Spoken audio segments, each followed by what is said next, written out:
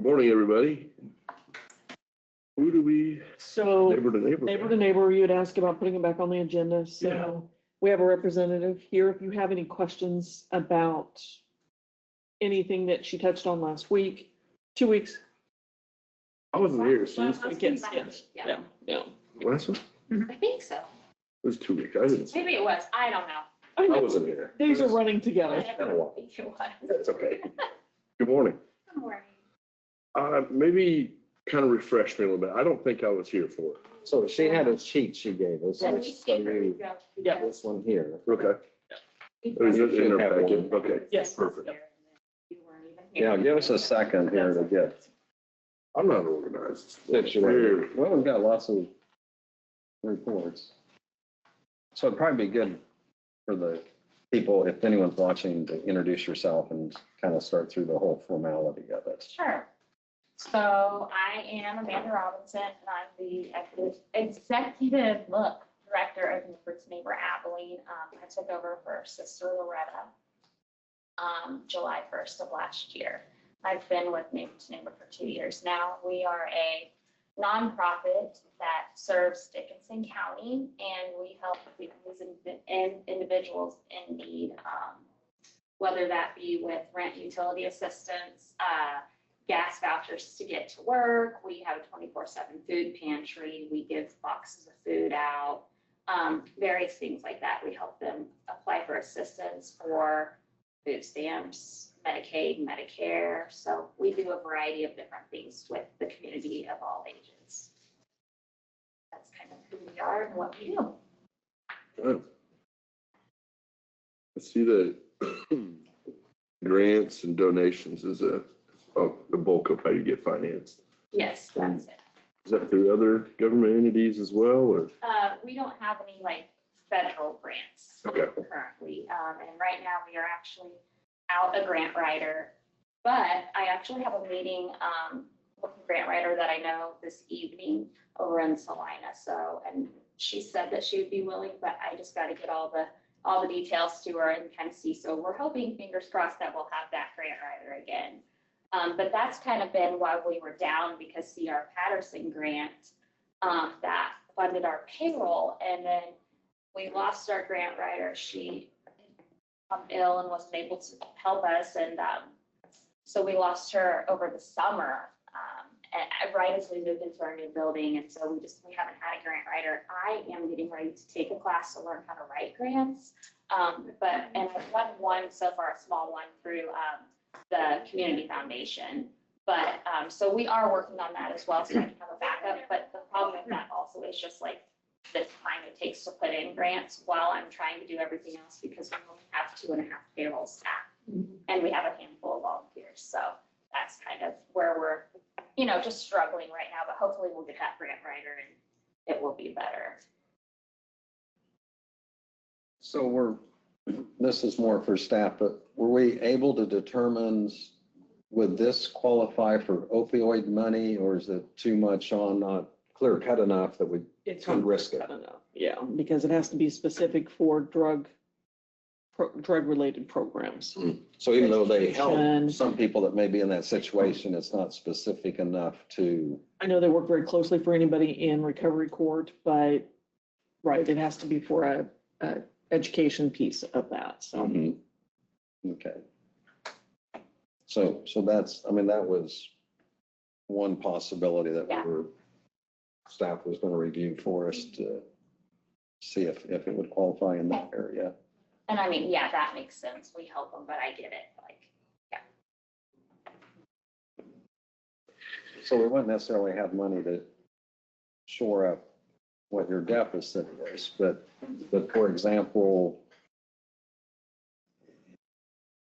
even if we could do help in a small way, because you help all over the county also, but if someone would pose a question and say, okay, the county gave $2,500 for this, where did it go exactly? To us. Yes, and so we would, and I can't say that we can even do that, but Right. but we would need a better answer than say, well, it's for neighbor to neighbor. Gotcha. So or at least for me, I guess I would be interested in. So what would be an example of where that money Okay, so, would go to?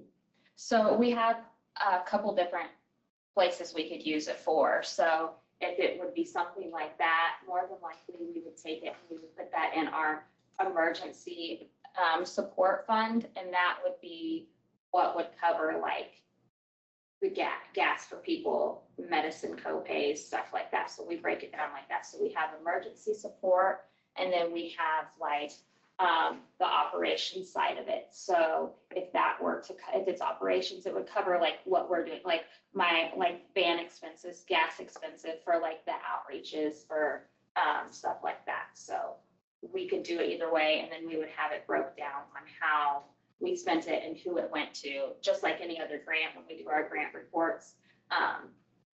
Judy and Julie, they both, I keep track of it, and then they both kind of all put it in my little.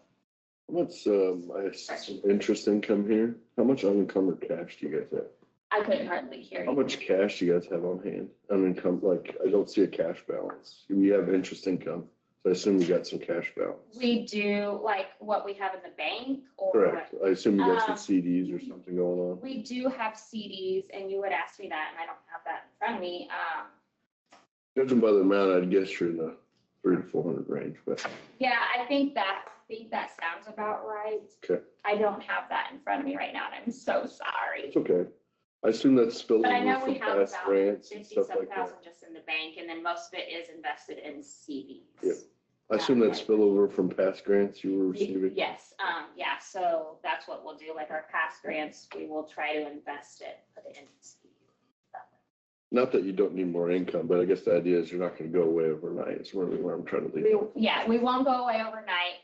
Right now, you know, with the way it is, we're budgeting to where we can at least, you know, be sustainable for another year or two, but after that, we wouldn't Gotcha. be if we don't keep. That's kind of where I was leading. Yep, Now, I know you mentioned this last time, but I think it bears repeating because you used the example of it's immediate needs. Someone needs gas or meds, but it's not a situation where they would show up this week, say, oh, I need some gas money. And then next Thursday or Wednesday, show up again, say, oh, I'm out of gas again. So it's not a, like a Band-Aid type thing, like a repet. No, it's not ongoing. It's not just you're locked in yeah, no, to yeah. receive funds. Yeah, we're not. It's that is a lot of those funds. So that is part of our emergency support. And that's actually why we do the Spelling Bee fundraiser, which is this Saturday. That all goes towards that emergency support, which is the gas funds. But yeah, and then people.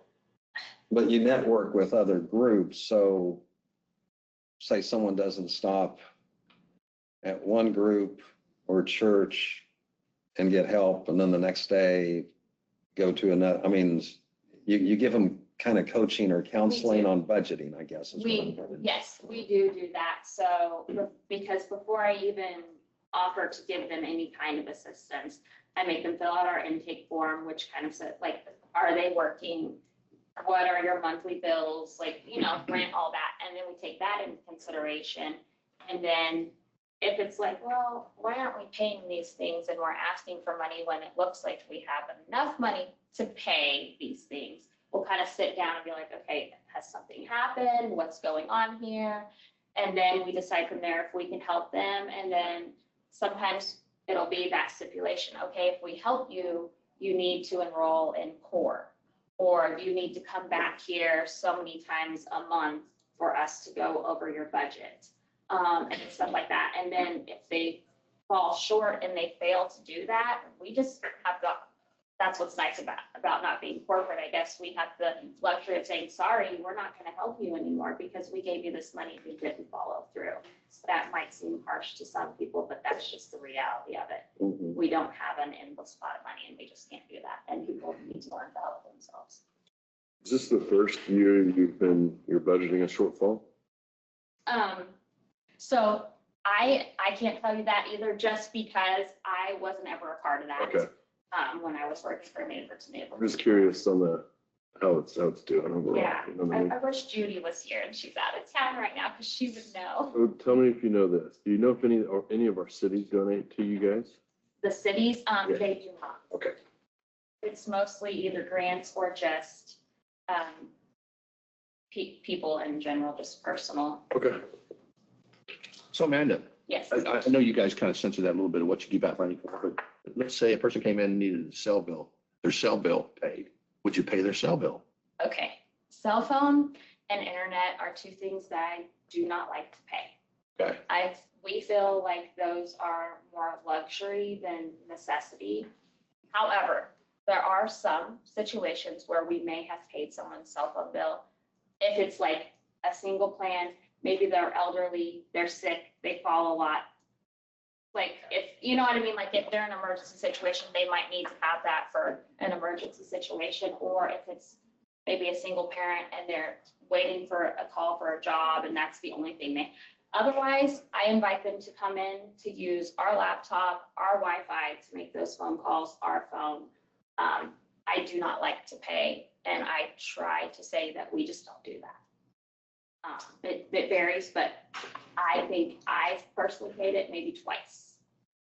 So, Okay, the other one I have to compliment you guys because I see them around and you're doing a wonderful job. And I know you come to Woodbine because I see vehicles up thank you, there. yeah. And don't be offensive by this question, Okay.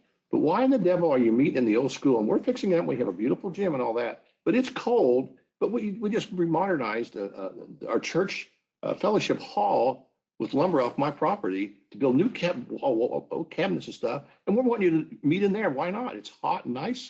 Why aren't you meeting in there That's a instead of? great question. I didn't even know that was an option. I just did what Sister Loretta said. No. That's why.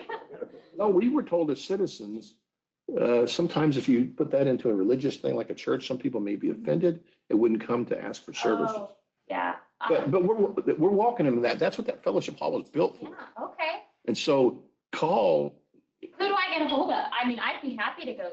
Call the city Happy clerk. to go there. Call. Like I said, I didn't. Call my wife, Say your wife, probably. Okay. Mary Sue Roller. Okay. Ask her about that. And I think she'll fill you in on what you. Okay. But we have a lot nicer facility than an old gym that I don't even think it has.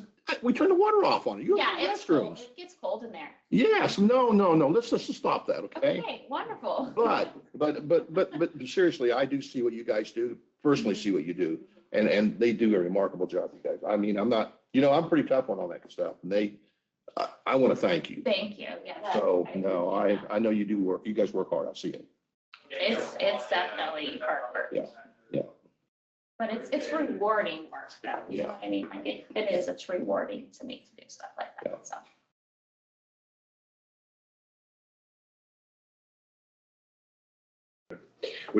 Did you have a proposal on how much you were asking? Well, when we were in here the other day, we had asked, for the 20,000, that was where we were at the deficit, but we said that anything helps us. I mean, we didn't come in here expecting 20,000, but that was our deficit. Well, we got to start somewhere. Yeah, So so that's really, why I asked. any little bit helps, but Good. we're grateful for any of it. I don't think we're going to have much of an answer today. I think probably we're going to bring this up when we get into our budget season, when we get to the appropriation sheet. We have a few other organizations that we do. Okay. I tell you what, it's hard though. You guys are all doing good work. Like Ron said, it's not like your work isn't needed. It's a tough, but where I'm going with that is we need to bring this up when we talk about all of our appropriations Right, and when we what talk we about want to do. I Yep. get that. That is understandable. We spoke privately, so I know a lot. I'm remembering everything we talked about in there, and I think I was the one who told you to come You here. did. Oh, he's playing hooky today. He's not even playing. He told us to come here. Yeah, so my apologies. But that's okay. And my thought was, at the end of the day, like, people can listen and then they can care about our organization and then maybe the people listening. You know what I mean? Yep. I was like, at the end of the day, it's not a lost cause. People are hearing about what we do and, they think about us at night and they think, hey, I want to help. Right. I just had an elderly gentleman. He drove himself to the urgent care and they did not want him driving. So they called us and to see if we could come take him home. And I came and picked him up. And then he was like, well, tell me about neighbor to neighbor. And he was asking all the questions. And then he pulled out a $20 bill out of his wallet. He said, here's my donation. I was like, you do not have to do that. He said, no, you guys do a lot of things. And he didn't even know, so it's all good stuff. Absolutely. So how many walk through the door on a daily basis or weekly, or is it more phone calls or referrals? It's both. Sometimes people will send it, like the churches will send us, St. Andrews, Emmanuel, the Hope Center will send them over here. It just depends. Sometimes they come straight from the jail to us. Just yesterday, Chrissy, she had 6 people sitting in her office by 10 o'clock Wow. yesterday morning. So some days we have maybe 2 people. That's very rare. Usually it's a pretty constant. People are in and out all day long. The phone's ringing all day long kind of thing. I mean, just even looking at like the food pantry numbers, like this is just this one here. I don't know if you guys still have this one, but this is just who we do with the outreach itself. And that would be like Woodbine, Solomon. That's all that is, just the Monday and Tuesday nights. We have probably, I think in a month, like last month, I want to say for our 24/7 pantry that's at our facility, I think we served over 600 and some people. Wow. So, I mean, it's a lot of people that we serve in a month, whether it be food, money, whatever. And like I said, our budget, it's a budget, but it's a guideline. I can kind of, bend it if I need to. I try to stick to that as much as I can, but we do $1,500 in emergency support a month. That's kind of what we budgeted for. Obviously, if a circumstance is different, we can help a little bit more if we need to, but I really try to be a stickler and stay to that 1,500 because I want to help as many people as I can.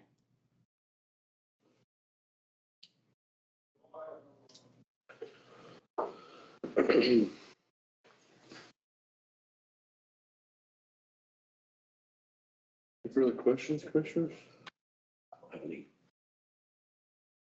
Thank you. Thank you for your time. Thank you. Thanks for coming in. Appreciate what you do. Absolutely, yeah. Came twice, sorry. It's okay. It's fine. You're lucky I made it today. I'm just all kinds of sickness going on. No, thank you guys so much. I hope No, have a thank you. nice day. Yeah. I'll see you later. So it is under other business. Do you want to just remove it and add it to the budget process, or do you want to give them some funding for this year? Well, What are you thinking? we could discuss it. I guess we could discuss it now instead of the work schedule later. I was wanting to look at it while we look at all of it, and it's the growing list, I guess, is where my brain's at here, and it's getting to be a good amount of money, so I would rather look at it all together, but I don't see where the 20,000 is there, but I wonder even now first if we could, even though it would be not a significant amount compared to their budget, I wonder if we should give them just a little something now. And basically, they're going to have to reach out to other groups or people or let people know their financial needs. And I'm not sure what their rent is they're paying now, but I think some of their expenses maybe have changed. Oh, it's on. Well, it's on there, but before they had a house that I think someone was providing, other than they were paying utilities on that thing too, so.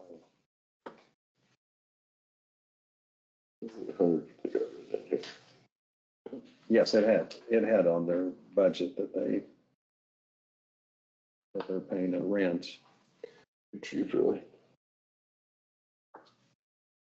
$50 a month. Cheap.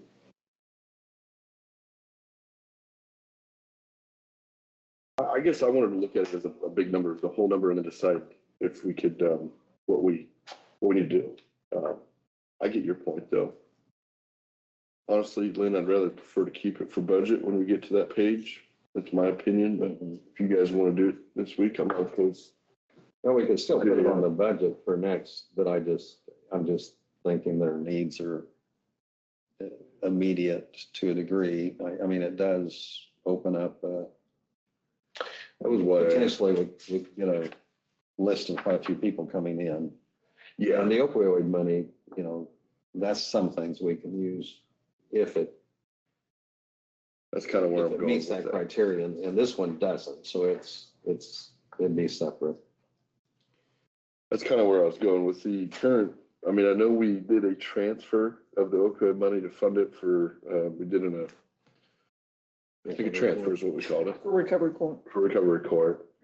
And then I know this year we are working on getting a grant for recovery court, but we won't know much about that probably till later in the summer. Yeah. That was kind of where my brain was. If we get that grant, that could help that whole fund a lot. Was kind of where I was going. Use it for this. That's my thought. So, I mean, if we did something, where would the money come from? If we did something. If you did something this year or this week, This year. it would just come out of general out of the reserves, so, and there's, Yeah, it would just be an unbudgeted. right. It was not budgeted, so it would technically be coming out of the reserve. I see what you're saying. Instead of for next, okay, I get where you're going, Lynn. Okay, I'm sorry. But, You're behind. but I'm not thinking, I don't know. I see Do you have a thought on it? We started. I do. Man, what do you think, Rob? Okay, and this is, it's gonna go hang me later here.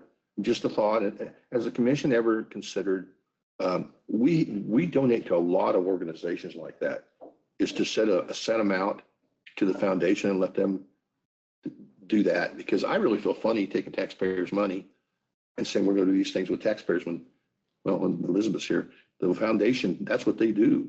That's, that's not really, that's kind of a tough one to sit here and tell the public we're gonna give, So in the past, you have given some funds for the community foundation to manage when we were still participating in the Sampler Festival. And then that went away, and those funds that were allocated for the Sampler Festival went to the foundation for other festivals that were being held in the county. It was a grant program there, but we haven't done that for several years now. So, and that was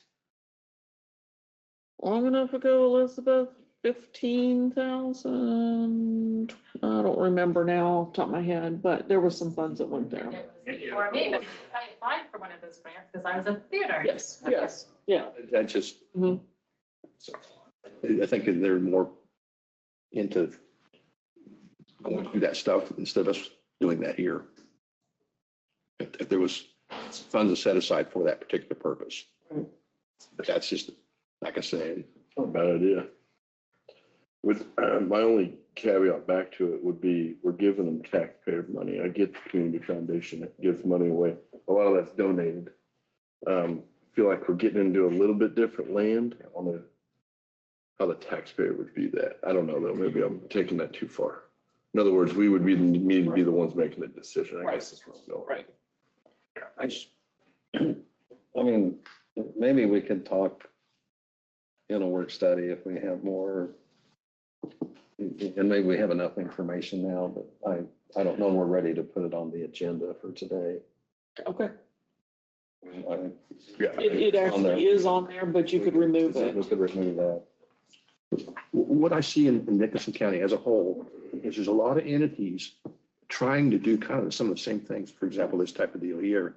Yeah, I agree with that. And why don't somehow, I don't pool that money together, and then it's not so complicated. They're not going to each of us and doing the same. It's centralized. It's easily regulated, and go from there. Because gosh, everybody who comes in here, I'd sure like to give them everything we got, help them out. But you can't do that.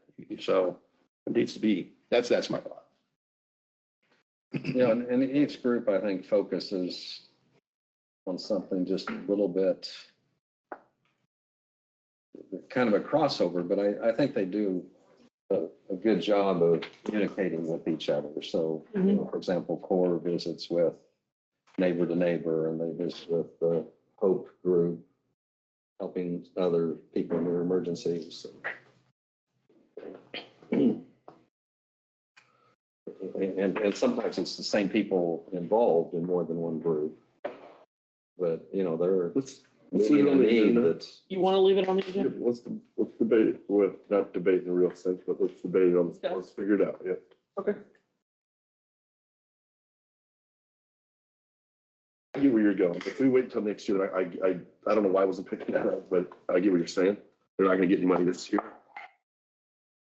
And I sympathize with that. And then we'll just add them to the budget process. I mean, we would have to do a reserve, I mean, if we do decide. Mhm.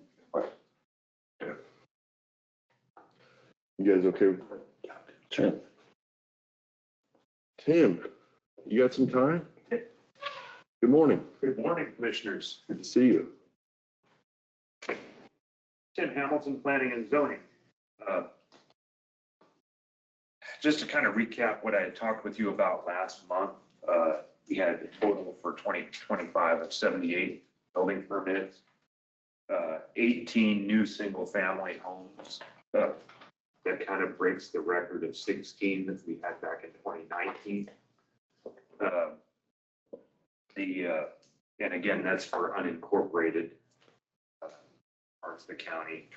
So far in 2026, we've had 9 building permits total.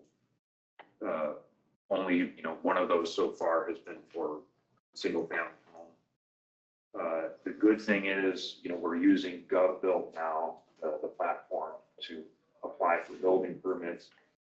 I would say now half of those permits that I've got so far these past few weeks have been through GovBuilt, which is a good sign. It means that I've been kind of encouraging people to use that platform instead of just, it's easier for them. They can still come in and see me to fill out something, but it's just, I think that the word is getting out there now that people are starting to use it. The Planning Commission is working on researching the viability of other alternative energy systems and data centers and things like that, and what their impact might be environmentally and economically on the community as a whole. And I'm still gathering, they've kind of tabled that discussion until March. And so I'll pick that back up again. I've got some research that I'm doing right now on to get to them. And so it's that's kind of where we're at now. I would really like to get the alternative energy stuff out of the way, because there's some other things that I would like to discuss with them. Things like addressing tiny homes, things like that, that are becoming more popular. And some other items that I would like to just kind of get clarification from them on going forward, because of just the way times are changing now, the way people are choosing how to live and stuff like that, the size of buildings that they have to live in and or that they choose to live in, mother-in-law guest house type of situation. But the only other thing is we have an individual or a couple of individuals that are new owners of 315 North Bridge Street and Enterprise, and I met with them yesterday. I've been working with them just to get that facility. They would like to make it a nice facility for people in Enterprise, and they've got some hurdles to go through on it, but it's, I've given them the information that they need so far, but that is in a floodplain, not just a floodplain, but a floodway, which is adds one additional layer of hoops you have to jump through. But other than that, they seem open to it, and so I'll be hearing from them. Hopefully, but I told them the first thing they need to provide me is their base flood elevation, so I can just where is that? Any more? Yes, right. Did they know they were in a floodplain? From what I told them. Who checks these deals?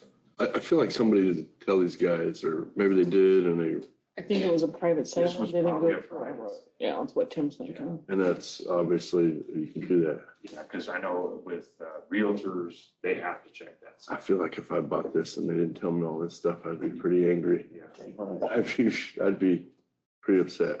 But they seem to be open with what they're wanting to do. It's not a big, huge renovation. It's more like they just want some add some equipment in the back.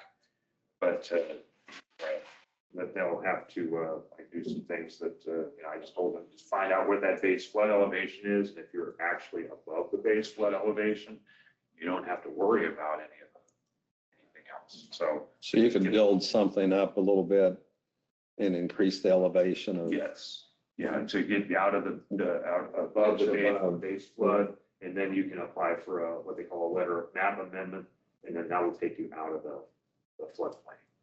So, but it's so close, it's in the floodway and it's so close to the river, I don't know. I mean, there are cases that I've seen in Dickinson County where you'll have like islands in the middle of, that are above the base flood, that are in the middle of the stream bed. So you'll have like a little island here and a little island here. But it's, so far they don't show it, but that doesn't mean anything. I told them, I put them in touch with the surveyor to find out what that base flood would be. And if they're above it, then they're fine. But if it's. Sometimes what people don't realize is if something was built back in the 30s or 40s, there were not those kind of regulations in place. And so they may see several buildings or businesses and they just kind of assume, well, here's an empty lot. Yeah. But those people are grandfathered in. And so like even when you go to the south part of Abilene, there's areas there that what got built 40, 50 years ago couldn't be built now. I know the mayor of Solomon Brandy built her house. I think they built it up 6 foot. Yeah, floodplain. They elevated it, So I didn't know you could do a letter of map amendment. That's good to know. I wrote that one down. I thought those FEMA flood maps were here till the stone goes away. No, you can, you just, and the FEMA does that because they know that their contractors that they use to do the maps, some of the studies that they use to determine where the flooding is occurring might be off. And so they leave that letter of map amendment open for people just to hire their own surveyor to say, oh, this little detail was left out, keeps them from having. Yeah, I'm not gonna go there. They flood zoned all the way up to the interstate in Solomon. You're gonna have to make that make sense to me. Yeah, I do not know. Block that when they- Makes sense to me. Yeah, we talked to them about that. I talked to them about Key Road over on. Yeah, I saw that one. 40. I said, that doesn't flood at all, hardly. And I said, but they've got it in there. And so I was like 93 flood. I've seen pictures. I don't think it went past Old 40 in Solomon. Like, how in the world is this water gonna get all the way to the interstate?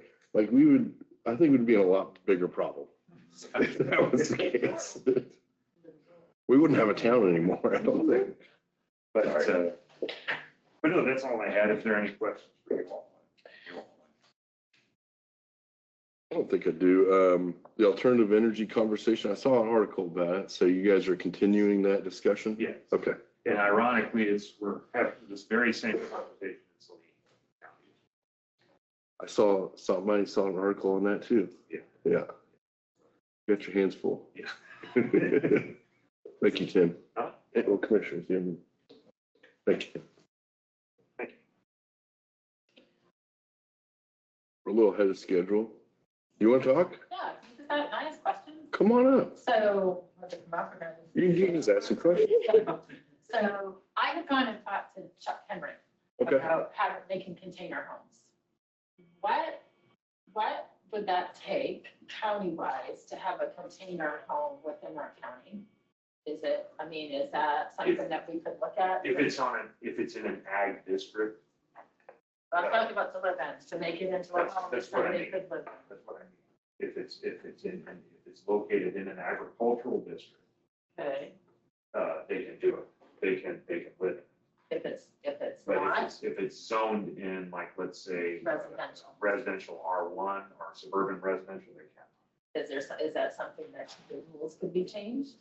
The city would have to change their rule. Yeah, in the city.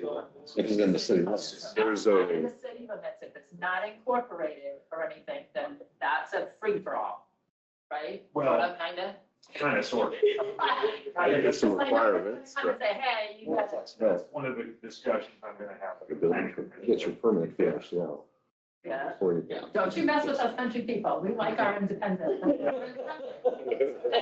Right, right? yeah, that's right. And that's the mini mart guys too. People who want like tiny homes that Yeah. are basically sheds. Yeah. That you sit on and Yeah. that are not, quite honestly, they are not anchored very well. Right, And so if the county issues a permit for something like that, yeah, even though we don't have any building codes requirements, I said, we still have a minimum square footage requirement and a minimum anchoring requirement. And so, as, you know, if they can demonstrate but that there, it's anchored appropriately, they can, you know, but as far as container homes, what you're talking about taking, I would assume like those Maris containers. right at Chuck Henry, those. Oh, yeah, those, I've seen people and Oh, they're those, beautiful, I don't have any issue with that. I have beautiful, no, I mean, they can be beautiful. you can, because we have no building codes, you can go ahead and convert those into, but Just- it's, Apply for a building permit. yeah, you would just have to apply for a building permit, and show me that that's what. Can you guys think of any reason why they wouldn't tell that somehow the code could not be adjusted for Abilene? And I know you're stepping out. This No, you'd have to This talk isn't to Abilene. recorded, right? It is, it is. I'm gonna take that back. World? You would say Brandon Ryan, you give him a call. Yeah, talk to the incorporated cities and find out what the ones that have the zoning regulations adopted and see what they can do to address that. They follow the uniform building code, so there's probably something in that. That's as a national standard. And Tim, we'd have the situation you needed so much acreage to do something like that. In the county, yeah, minimum of 3 acres. 3 acres. So that's a We're pretty looking small. at it holistically as we need housing for people getting out of jail, right? All the way to doctors coming. So how do we, the economic development, the community foundation go, hey, how do we make this happen? In the county, I've already approved, since I've been here, probably about 2 or 3 of those. Tiny homes. In County County. Tiny So what did they do, Tim? They lay footers and anchor it down? one. Did, Or they lay footers and anchor it down, I assume? Yeah, Just, they're unfound, you have to put a permanent foundation on them. So I assume. they'll have a permanent foundation, they'll anchor it to that permanent Yeah. foundation. I'm telling you. So Chuck Henry said, when I was talking to him, he goes, Elizabeth, they are built that you really don't even need like a slab foundation. They're built to have the stability on the corners. So you pour the cement down and then you just anchor the whole corner. footings there? Instead of having, you put a whole slab if you wanted to, but they're meant for that. For drainage issues, I prefer so that you don't have if it's like sitting on the ground, you don't want let's say it rains and it gets damp, that soil around it can corrode that. And so I want it. so probably a footer would do it. Yeah. Just around the perimeter, a footer would probably. But there are different types of houses and so on, I mean, that are being explored that are, you know, you always think of 12 or 1,400 square feet minimum, but there's some that are 650 or 800 And or less. I mean, there's maybe a need there of some sort of affordability, maybe temporary or. Well, truthfully, I'm thinking, we have economic development, we have containers sitting there. There's a company down in Wichita that are making container homes. It's like, let's be entrepreneurial. We could do impact investing for somebody who wants to take these homes and create a business out of it.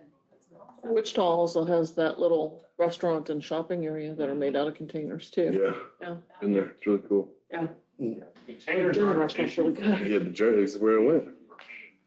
Is this, the tiny, Okay. the ones that are like 300 square feet. Yeah, like the shit There's that one makes cool one, sense. they have like a courtyard, kids to play. And, yeah. Yeah. I don't feel comfortable. Have you looked into 3D printed homes? Why don't you Google that sometime? Okay. I think it's, 3D printed, concrete printed they home. just go like, It was rarely early, probably 5 years ago. I think they maybe really started going. I think in Austin was. Yeah. Or Arizona might have been the first city to do it. At that time, I remember the state told us it was a little too new for them to want to. This was MIH conversation time. Like maybe we could MIH these, and they didn't feel very comfortable with the construction method yet. But I wondered if that's been brought up again. Talk about building a sustainable home that's not going anywhere. Concrete's about the best way to do it. I mean, other than stone, but which, yeah. So thought I'd throw that out there. When we were talking about it, it was like a 40% reduction in cost without all the labor involved. Essentially, they can get the foundation, the walls, and everything built other than the roof and the Interior heating and piping and stuff. or utilities. Yeah. So you cut out all the framers. Yep. Well, we need to do something and somehow figure it out eventually, right? We will. All working together. Like the container deal too, but I was thinking more in the cities kind of thing, but Well, even, I'm sure you've seen some of the containers too. I mean, they don't look, but by the time you're done, they don't look like a container. No. You're selling them, so they look like a little house or something, but some that's a of them, good idea. they're just beautiful. Some of them, it's like we have Chuck. I have a crazy thought that maybe you can get this set up as rentable deals and they're probably a lot cheaper and you get people here. Yeah. Well, there's an idea there. Well, I think some of the issue, and maybe Elizabeth has more on it, but we talk about affordable housing for workforce, families, and people to come in. And yet to find something under 200,000 or 175,000, it's not there. And then you also have the discussion, I mean, is that even affordable? I mean, for some people, maybe it would be, but I know some of the manufacturing concerns, have tried to look at housing and when they'd find out something, this is regional, but when they'd find out something was 200,000, it's like, no, that's not really affordable. I mean, we could bring people in at a good living wage, but. Yeah, well, you think of even the cost of like building just a small one. I mean, it's gonna be 150,000 at least, right? To build a small home, 2-bedroom on a slab. What do they say now? 220 a foot? Maybe, I mean, that's, Probably. I bought my first home. It was, I think 110 was considered good. Mhm. and look at this, the ones that are out at Golden Belt, what those are selling for. Mhm. I mean, they're on, so could we, I don't know, we need to look at every avenue we can exhaust to find homes for people, to get people. But you need an entry level. Workforce housing and all of it. The state to add the MIH back. That would help you. Anyway. You want to talk about the 250? Yeah. Let's talk about it. So I gave you the updated guidelines with some dates that changed out. Okay. And then a quick survey that we had put out as well. So roll it out, starting this month. It'll open on March 1st and complete by March 31st, April 15th. We just need to decide the dollar amount if you're still in favor of that. And then the survey, if you look, there were 50 respondents. 32 said yes, 9 no, and 9 need more information. The bulk of them say $10,000. 10 to 25 was 20 respondents out of the 50 that answered. 14 said 10 to 25,000, 8 said 25 to 50, and 8 said no. So, and then if you go through that, we asked for some ideas what type of projects, and it looks like parades, concerts, fireworks, heritage festivals, whatnot seemed to be the winner there. And they thought it was very important there was some type of a local match, be it in kind or volunteer hours, however they so choose. And the bulk of them, the respondents, 22 were from Abilene and 16 were from outside of the county. And then they had some comments on the back page, different things, ideas for the celebration.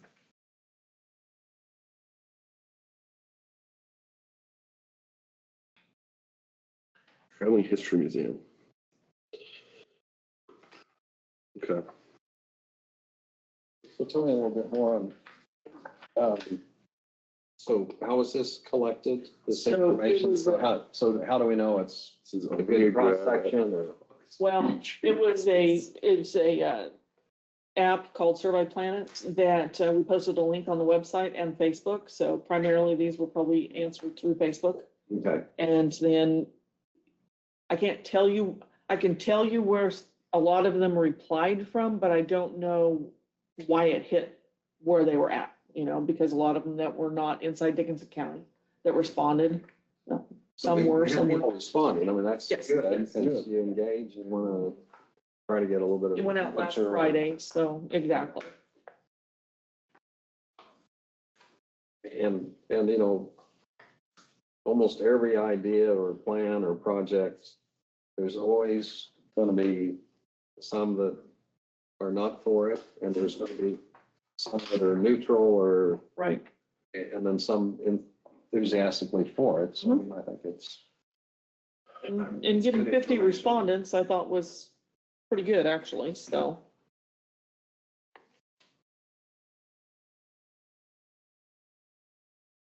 I'd like to see us do something.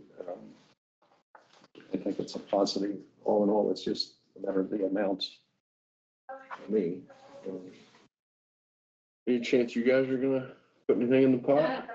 I would say right now, no. Okay. We had talked about it back in July and planned it, but our money right now is all accounted for. Okay.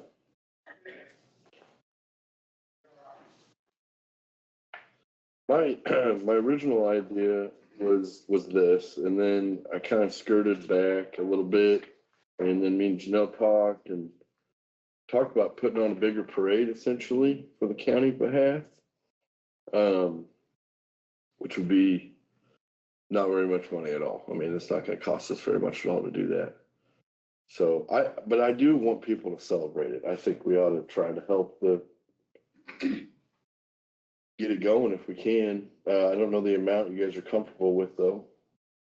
I think 50 is probably a bit much, to be frank with you. Figure if you did, even if we're looking at, look at community-wide, maybe you just go to, if your community's doing something here. Yep. I'd like to see something, some of it, the money, opportunity for the money to go to the various cities. And so that way it's spread out throughout the county. And and one of the things that have been placed in here is whether it's in kind or donation, the city or the organization needs to come up with some of their own money or in addition, or do other fundraising, or if they have it on hand, so they're committing money as well as leveraging the money that the county. Or staff time, or volunteer hours, or something like that. But, I mean, say if it's a $5,000, $6,000 project, they may only get 2,500 of it from the county, Mhm. or 2,000 or 15 or whatever number comes up. Mhm. So they can do a bigger project, they can do something larger or an event larger than what we give them, but they need to come up with some of their own money. And a lot of times they do. I mean, you just look around the county and there's things in Hope and Talmadge, and Harrington, Solomon. I mean, Abilene has lots of stuff, Chapman. We're going to have a festival. Yeah, they have a little one, but the ones I'm concerned about, and we sometimes, they're forgotten, is you go clear south here, our small communities, Arlington, those areas there. That's what I was going to ask. They don't get anything. Well, And I think we need to concentrate on that a little bit. I agree. I was trying to count how many have festivals. I was thinking 7. So Abilene, Chapman, Solomon, Woodbine, Enterprise, Harrington. Oh, yeah, so I do not believe that Carlton or Manchester have a festival. I know. Well, Manchester used to do a little something. But I don't know if they've done anything recently. I don't think so. Yeah. Right now, they haven't. And they would have opportunity to apply, but now this is the this is maybe a different direction, but what some others are thinking is this, to me, also is a type of economic development if it brings people in. I mean, not only to empower the people that are already here. So obviously there's going to be some events that whether people come back kind of for a reunion, or they're, back for anything. I mean, I know when the Eisenhower event took place, for example, the marathon, I had someone tell me that what they look forward to is they have a couple of runners that come back, but then their other children and grandchildren and families come back. Mhm. And so, there are events that if people know about it, they'll drive over. I mean, occasionally I go to something over at Salina or 4th of July over at Junction City. I mean, it's a weekend type thing. So. It's gonna be, if you guys decide to do it, it's very quick. Right. To try to come up with some kind of idea, write a grant, find dollars to match. What about if you just reach out to the communities that have already planned a something and say, Mhm. if you So that's where have something going already. I kind of maybe have a proposal. I think we need to go figure out how many actually have fairs and parades. My thought was There's 5, I know there's 5 parades. 5 parades. Yeah. And fairs too, or celebrations that Two are fairs. annual. Two fairs. Two fairs. Dickinson has their And then Solomon. Festival. September deal. Solomon has a picnic. No, there's a parade. I gotta go. I for thought 5 was parades and then the festival. The cities, incorporated cities that have annual ones, maybe we give them a set amount. Yeah. And then we set aside some money for a grant program, but a smaller amount for anybody else that wants to apply. For special groups. Correct. So every major city with an event we'll give them some money for sure. And then we had set aside some more money. My thought was, if there were 7 parades or fairs and you gave them $2,000, that's 14 grand. I don't was working off a $20,000 idea, but and then the rest could be applied for $500 to $1,000 grants. I was just thinking like Talmadge. Maybe exactly. What could Talmadge do? Maybe they want to put a banner up, have a little, They have a car show already, maybe they pop up Yeah, in America. and market it a little more. Something. market it a little more and call it the 250th celebrate. That's the idea behind this. Help them bring people in, like you said. Well, those murals in the small communities, those things are remarkable what they do. I would have never guessed, I'd have never thought these little communities could. The mural that you have on your city building is very, very good.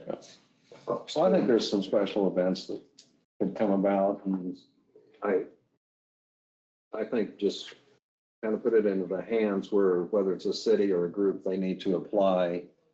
And then the group looking at those applications also can keep in mind it needs to be distributed throughout the county. I mean, it could be there'll be more in one area than another, but at least kind of have some balance in that regard. And I had mentioned 25 the other week, and I actually thought maybe 30, just to give a little more leverage on it. But anyway, that's where I'm at on it. Well, I kind of like that idea. My thought though is for sure giving money to the fairs and parades to help them put on banners and whatever it need to be to throw that celebration or marketing. Yeah, or just have whatever. them apply though, and if one needs. I mean, I think anytime a group applies, Elizabeth, you might be able to help me on that. They probably kind of factor in that they better turn in a reasonable application. I mean, I'm sure some shoot the moon and. Yeah, But- but you put a limit on it. I mean, if these grants are up to this amount of money, then those that are gonna push it, they're gonna push it to the max, and those that only need a little bit will only be requested. Where I'm going with my comment is I want to make sure that the people that have been putting on an event for 20, 30, 40, 80 years, our preference on who we give the money to, because it's an organization that's been running without, that's kind of where I'm going with that comment. So really what I'm saying is I want to make sure the cities that are putting on something are, if they need some money, we're giving it to them. That's really, So like you think that the parade fair here, the parade, I mean, that's the biggest parade. For an example. in Dickinson County. Yep. That would go to Central Kansas Free Fair and not to the city of Abilene. Yeah, and I mean, whatever organization is running it is where I'm going at there. Okay. I say the Abilene Parade, I know they don't, it's technically, yeah, you're right about that. I think that'd be great, then the little community that if there's a something, somebody has an idea that, Mhm. because you never know. I mean, Yeah. people say, hey, let's do it. Something.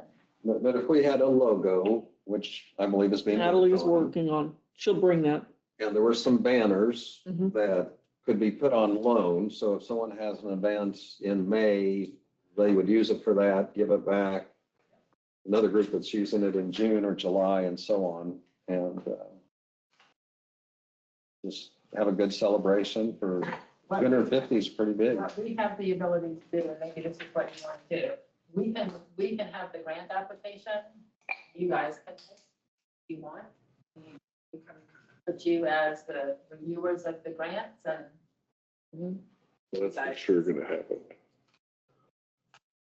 So that's for sure gonna Yeah, happen. well, they could give a recommendation or they could just lay out what they Yeah, have and then, and then we can have a good discussion from there. and Because figure it kind of out. what we talked about is, we would have like 4 people that would review it, then make a recommendation and then bring it to you guys for the. That's what I meant by that. Yeah, so, because we had talked about Elizabeth, Julie, Natalie, and myself Yep. doing that. Okay, Okay. in your spare time. I'm glad you've got an extra hour blocked out every day I for want to extra things. Still sure about it? Okay. Just to sideline you guys. always say yeah, right, Jennifer? Got what you're saying. But just sideline just a little bit. Have you been to Amigos Fireworks? Why do we have to drive here to go to Amigos Fireworks? Why can't we have something some year, sometime in the future like that? That was, Because I don't want to drive. that was my original thought process. Just do one thing and it's right here and it's the biggest thing we have and. But it is, am I wrong? No, you're not wrong. I thought the same. Well, I really did. You know, You better, you get your business open because this place would be so impacted with people. You wouldn't know what to do. what do they spend on fireworks over there though? Well, more than 50 grand. $50. I mean, they have a huge volume. They have a huge. I got it. volume, a lot of corporations. I'm just, I get what you're saying. That was, well, I'll just say, my original thought was like an actual dedicated thing for that. There's a celebration, kind of like the Oktoberfest we do. That was what I had in my brain, but And where I come from, That's a lot of even from business, but also in the county, Harrington will request something, Hope requests something. But they just have One year we gave some to the Talmadge Museum and the Chapman Museum and the Hope Museum, the Harrington Museum. I don't think Solomon has a museum, maybe. it's the And, library. and, I think we still have a library. yeah, and we, Yeah. for Abilene, Mhm. but I mean, all these groups have certain events that they're very, a community pride type Right. thing. Right. And, I always think of Chapman, the car show, and their parade in September, Mhm. Labor Day. Solomon has a big picnic coming up. They actually have a little bit of a parade. Mhm. And then, of course, Free Fair, it's a huge parade. well, it's complicated today in small communities because there's a big insurance reliability to do any of those things. And you got to be so careful. That's in fact, some communities can't do it because it's just that Especially the fireworks piece of it. fireworks part. So it's a little bit rough. We have a lot of ideas out there. Well, I think this, other than we need to plug in the dollar amount, I think we have. You what want to we run need with here. this program? What do you think, Grant or Ron? Yeah. Okay. So everybody still applies. Yep. And we make sure that we, that amongst the cities or the entities that have a festival, make sure I'm on the right page with everybody. And then, they'll get first preference, and then whatever dollars are left, then we'll go to any other event that applies for it. That's my thought. The cities, the incorporated cities or the Central Kansas Free Fair, these organizations have been doing this for a while. To me, and I think you guys probably would have done this anyway, but me, they ought to have preference. And then what's left, we can get to the groups and nonprofits and. And I, You say that too, the preference given to established organizations that have events already going. Absolutely. They got the management. We know they're not gonna, that's kind of where my brain's going. I think I would rather lower that $5,000 amount. So either 2,500 or 3,500, something like that amount, because I don't know that I'd want to see 6 events all get $5,000. I think it just shut out all the other potential projects. So do the micro grants 500 to 1,000, and then community projects 1,000 to 2,500 or 3,500? Well, maybe 500 to 1,500 for the small. And then I'd say the 1,500 to either 2,500 or 3,500 for community projects. 35. 35. Your cap's gonna be. Right, what the And I total hear is. what you're saying there, but we still need to keep in mind, prices of things aren't like they used to be. I agree. But they're supposed to raise money on their They're own. supposed to So if they contribute have a, too. if they want to put on a $10,000 project, You have to have 10,000. so they need to come up with 6,500 on their own. I Yeah. mean, it's, I'm just trying to spread it out. Yeah, I just don't want to be, sometimes you can be too tight and, But I mean, 3,500 is a pretty good sum of money. I think if someone got 3,500, they didn't know they were going to get it otherwise, would be happy with it. I mean, everybody would rather have 100,000 or. yeah, I'm not going to be hard to get along with. I just know somebody, I was given a car one time, but I wasn't given a checkbook to run it. I got to sit in it, but I didn't get to drive it. Yeah. So, Sure, he's got some good ones, Ron. I just- Elizabeth is probably glad we aren't on her committee because we're kind of beating this horse. We're debating. That's what you guys are supposed to be doing. Actually, Usually we don't. Usually we're doing way too much. Yeah, it'd be silly. it's important to It make is. sure that the program that you want, you have the ground rules and that it's not, people know what they're applying for. So, 30K budget, it's, So we've got on the micro grants, was it 500, 500 to 15. is what you- 1,500? mhm. And then community project, 1,500 to 3,500. Mhm. And $30,000? 30,000 total. you want it open until just the money is exhausted? How do you want? We could do that because some events may not take place till October or something too. But they should have an application deadline. Start applying. once you allocate the money, I want them to start applying. I want you to give it away. Okay. We had March 1st for I mean, you might end up with some application. small ones, but Yeah, we had March 1st for the That it opens. open and then deadline.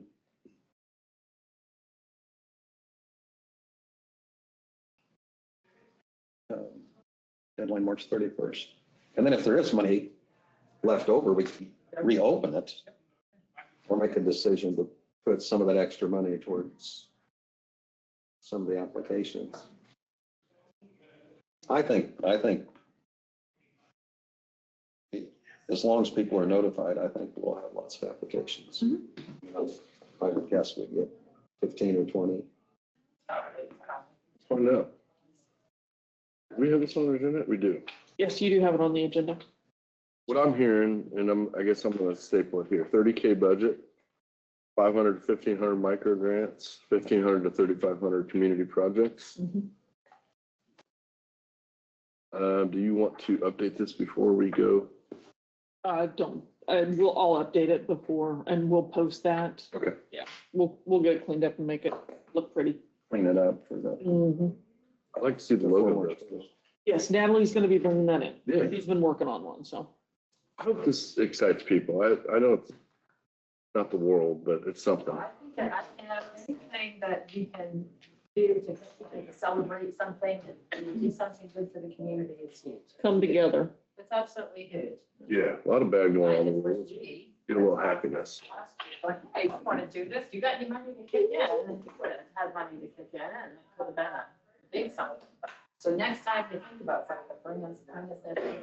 Absolutely. 100 years from now. And I think the reality, I mean, 30,000 is a reasonable amount, but it still is taxpayers' money, and it's just not something we are taking lightly. I mean, Let's just make sure it's not a grab at Fox patriotism, all right? it's so patriotism. Yeah, I also have really. Someone really gave us that in there. I have no, that this is approved to say, do we have? We cannot go. I know a couple of board members, I'll call them. Well, it's, you know,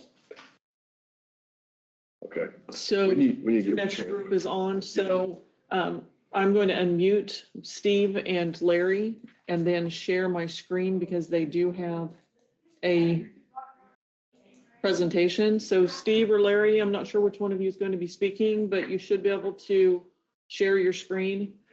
they want business solutions. Yeah. Yeah, health. It's this one right. And if that doesn't work, I do have I can bring it up on a flash drive and throw it up on the screen.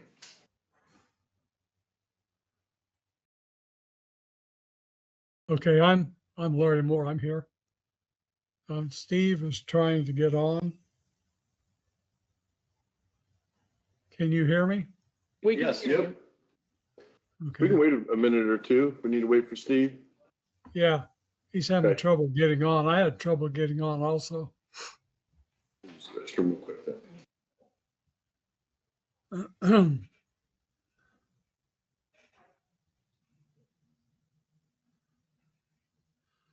How's the weather in Kansas this morning? Better than yesterday. Gradually warming up, so. Yeah, that's good.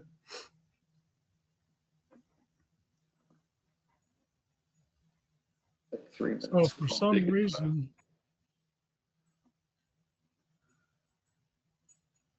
So I tell you what, I've gone ahead and put the PowerPoint up on the screen. Can you see it? it is so small. Can you make it larger? Let me see what I can do here. How about that? Yeah, that will do. Okay. Steve's trying to get on. If he gets on where you can hear him, I'll let him Think I take can- over. Okay. Give us a minute. We had two of the commissioners step out just briefly. Okay, sounds good.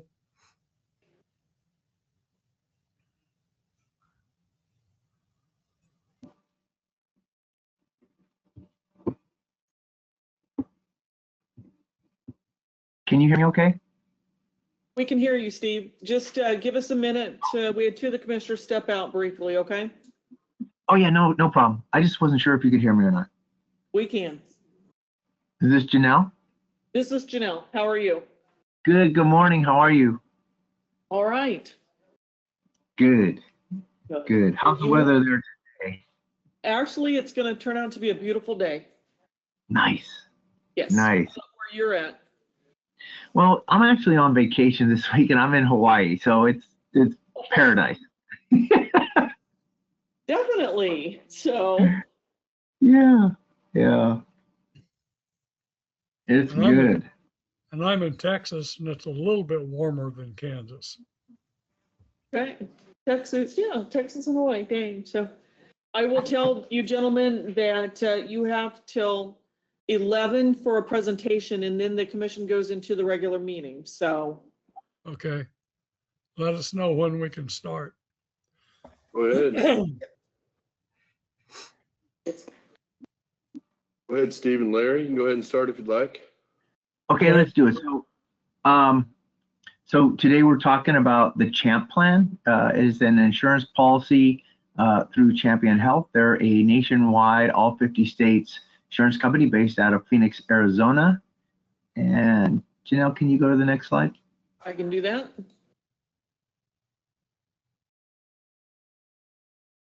Yeah, there we go. Okay, so the CHAMP plan is a Section 125, and the Section 125 was established in Congress in 1978, allowing companies to pre-tax their employee benefits, resulting in savings in payroll tax, or also known as FICA tax. The CHAMP plan will also typically see a result in a higher paycheck for your employees as well. And I have an example of a paycheck in a few slides that'll show exactly how that works. Next slide. These are just some of the companies that are offering the Champ Plan to their employees. We have over 12,000 companies to date that are offering Champ Plan with over 2 million employees on the plan.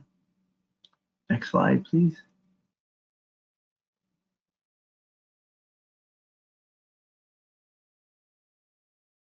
And this is a great testimony. I don't know if you guys know who Kurt Schmidt is, but he's the owner of Piggly Wiggly, the grocery store. And it says, we've been with the Champ Plan for over 3 years now. At first, we were hesitant because we didn't know if our employees would actually see the benefit. Looking back, we now wish we rolled it out years sooner. Our employees are healthier and they love the added medical benefits along with their higher paycheck. To date, we have saved our company and our employees millions and have it implemented in 85 stores across the country.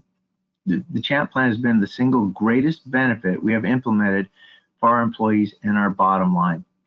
So besides being a really good testimonial, I always like to, can we go back one? Yes, as soon as I figure it out. Huh?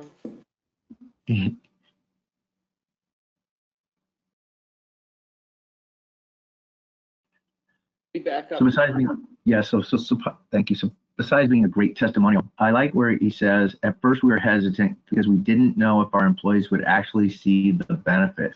That is a common misperception of owners of companies. Champ has over 91% participation rate in this. I had a great example is I had a construction company that the employer said, my employees are dumb as a rock. They won't want to get on this plan. And they actually had a 100% participation in this plan. They love the added benefits and they love the higher pay. Most higher pay seems to attract them more than the benefits. Okay, next slide.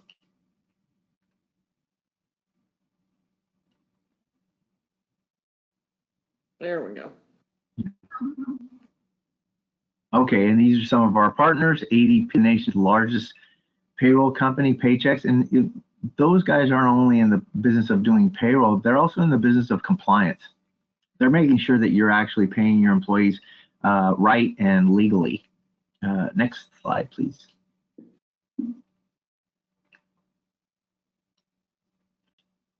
Okay, so this is a preventative health management program plus. It does not interfere or replace your current major medical. If you guys have Blue Cross, Blue Shield, Aetna, whatever, they keep that plan. This is just the front line. Uh-oh. Did I lose you guys? No, we're still here. That's weird. It just went. Okay, there we go. Sorry. I lost my screen for a second. This is just the front line. It is going to work side by side with your major medical. It'll handle all the small things. You still need the major medical for the big things. The Champ is a proactive approach to your healthcare. It is AI-driven technology that will help improve the health of all your employees in the areas that matter to them the most. In other words, I don't smoke, so it's not going to ask me to watch a video on how to quit smoking. But I do have lower back pain, so it's constantly showing me videos on how to strengthen my core, do some back stretching exercises, whatever. When employees are first signed up, they're going to be asked about 20 questions based on their health, and based on the answers that they say, the AI technology is going to start suggesting them watching a video once a month. It's 2 minutes or less, or they can read articles in that area. So again, if they have stress, if they want to lose weight, if they want to quit smoking, if they're pre-diabetic, whatever it is that they're concerned with in their area, it's going to focus on that. And we're attached with the Mayo Clinic for our videos and our educational things that they can watch. And the Mayo Clinic said that people that are on this typically are 25% healthier a year after they start on this plan. By having the Champ Plan, it's going to provide a fixed $573.60 per employee per year on your FICA tax. At the same time, it's going to increase their employees' pay by an average of $1,500. It's an average because everybody's pay is different. Their dependents are different, whatever kind of deductions they have in their paycheck is different, but on average, it's about $1,500. Next slide, please.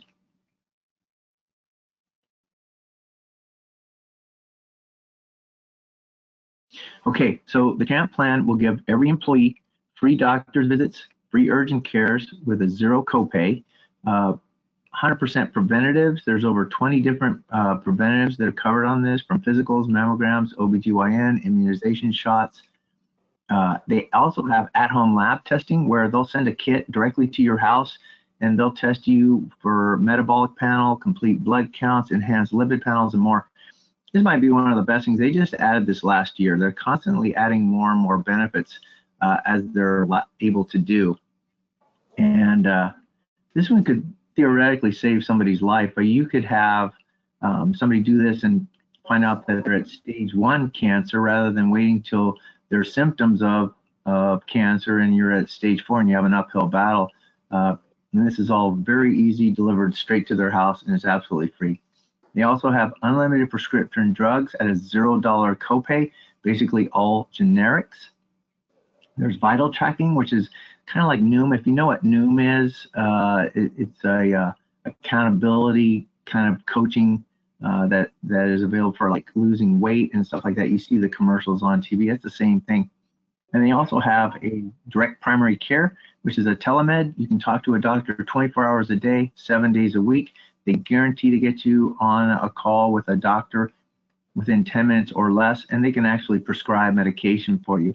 Another study that Mayo Clinic did was they said that 85% of all doctor's visits or urgent care visits could have easily been handled over the phone. You didn't have to go into the doctor's office. You didn't have to go wait in for 2 or 3 hours at an urgent care. It could have easily been done over the phone. And that's free as well. And then they also offer personal mental health care for the family as well, proactive medical care to help identify potential health risks. It's important to see some of these are for the employee only. The top 4 are employee only, and then, the top 3 are the employees only.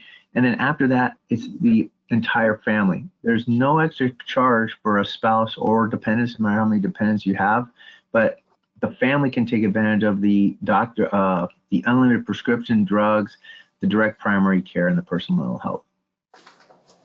Next slide, please.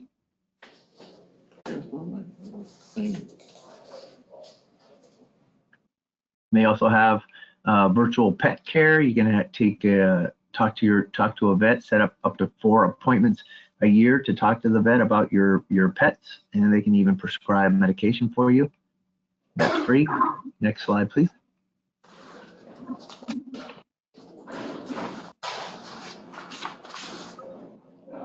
So when everybody signs up, everything is all available on an app on their phone. So when they first log in, if you look at the second slide over where it says questions, it's going to ask about 20 questions, like I told you a little while ago. Based on those questions, it's going to suggest watching videos. That's the third phone over to the left, to the right. And then there's also tracking your health over at the end. Next slide, please.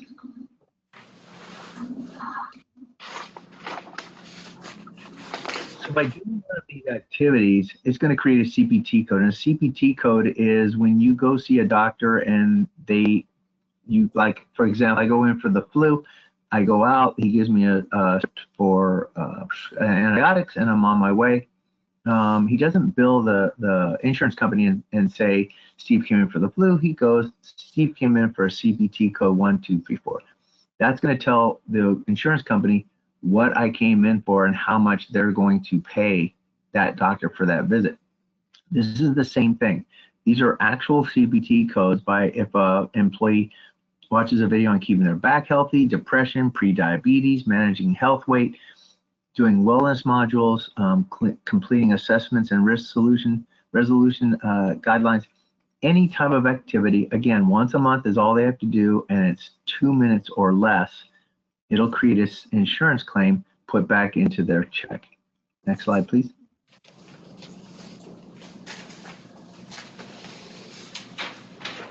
So this is where all the moving parts go. We'll kind of take a few minutes on this so you really understand it. On the example of the check on the left side is the one without the champ plan. So if you see his gross pay is $5,000, to the right is his deductions. His total tax liability is $1,033.13. His net pay is $3966.87. On the right side is with the champ plan, same gross pay, $5,000, but now we have a pre-taxed Section 125 deduction of $1,200 coming out of his check. By having that pre-tax deduction coming out of his check, it's reduced his tax liability from $1,033 and change all the way down to $707.22. It's a $325.91 savings in tax.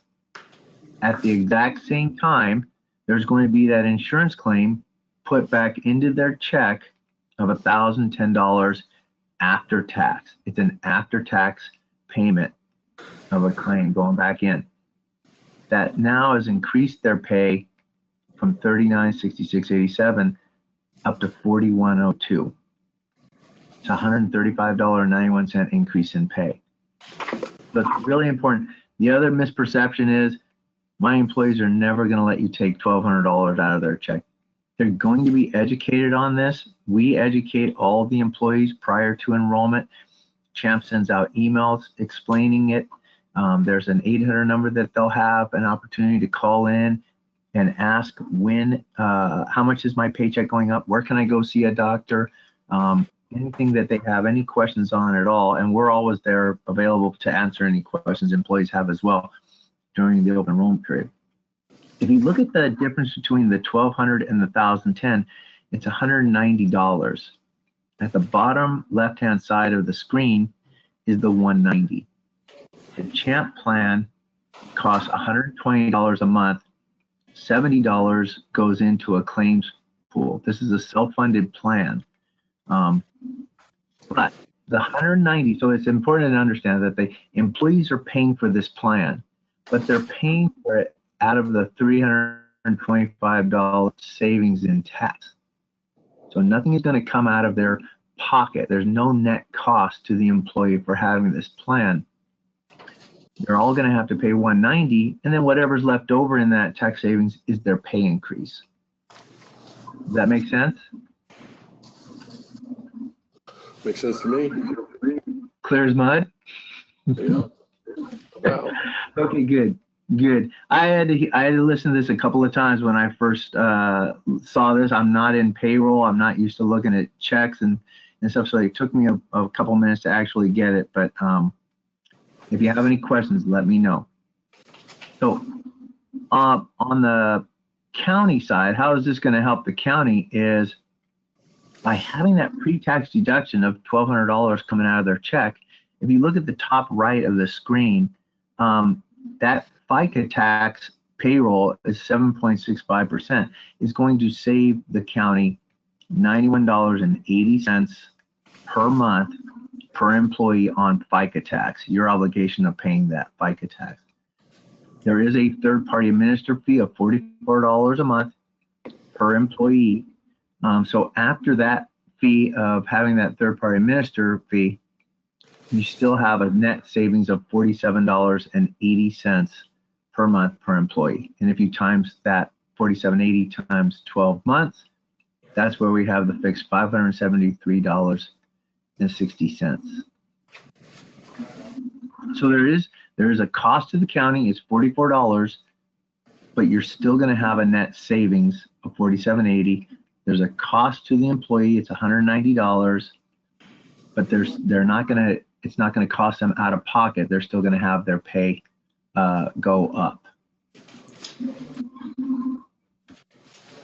Any questions so far on that? I'm going to step out for a few minutes, and we're almost getting close to our 11 o'clock meeting. But I'd kind of like to hear from our HR person and I mean, as you've gotten more, not right now, but as you've got more information to kind of see. Have heard their presentation, and I do have multiple questions that I have. that I don't think we have time to get answered. So I'd like some more time to do some more research with them. Why don't I propose this? This is something I know they can do an analysis for us. Can we maybe go through that with them? Yeah, I have one quick question. Does this work with employees that have an HSA? Yes, it does. It does? Yes, Okay. it does. Yeah, any type of plan. And if we need to get on a separate call afterwards, next week sometime or the following, I'd be glad to get on a Zoom and go over and ask any questions you have. I know That's kind of takes what a I'm little bit proposing. I'd like you to work with our HR director and our finance and our administrator. And maybe Sure. you guys get on a call and I guess where I'm going is maybe explore this, give us an analysis of what this could look like if we do it and bring Yeah. that back to commission and let's talk about it. Okay. Can you Sure. do that with Let's us, Steve? Yeah, let's go to the next slide and we'll kind of show just how easy it is to get that analysis, Okay. please. So all we need is a PDF copy of the last payroll cycle. How do you guys pay? Are you bi-weekly, bi-monthly, weekly? Bi-weekly. Bi-weekly, okay. Bi-weekly, yeah.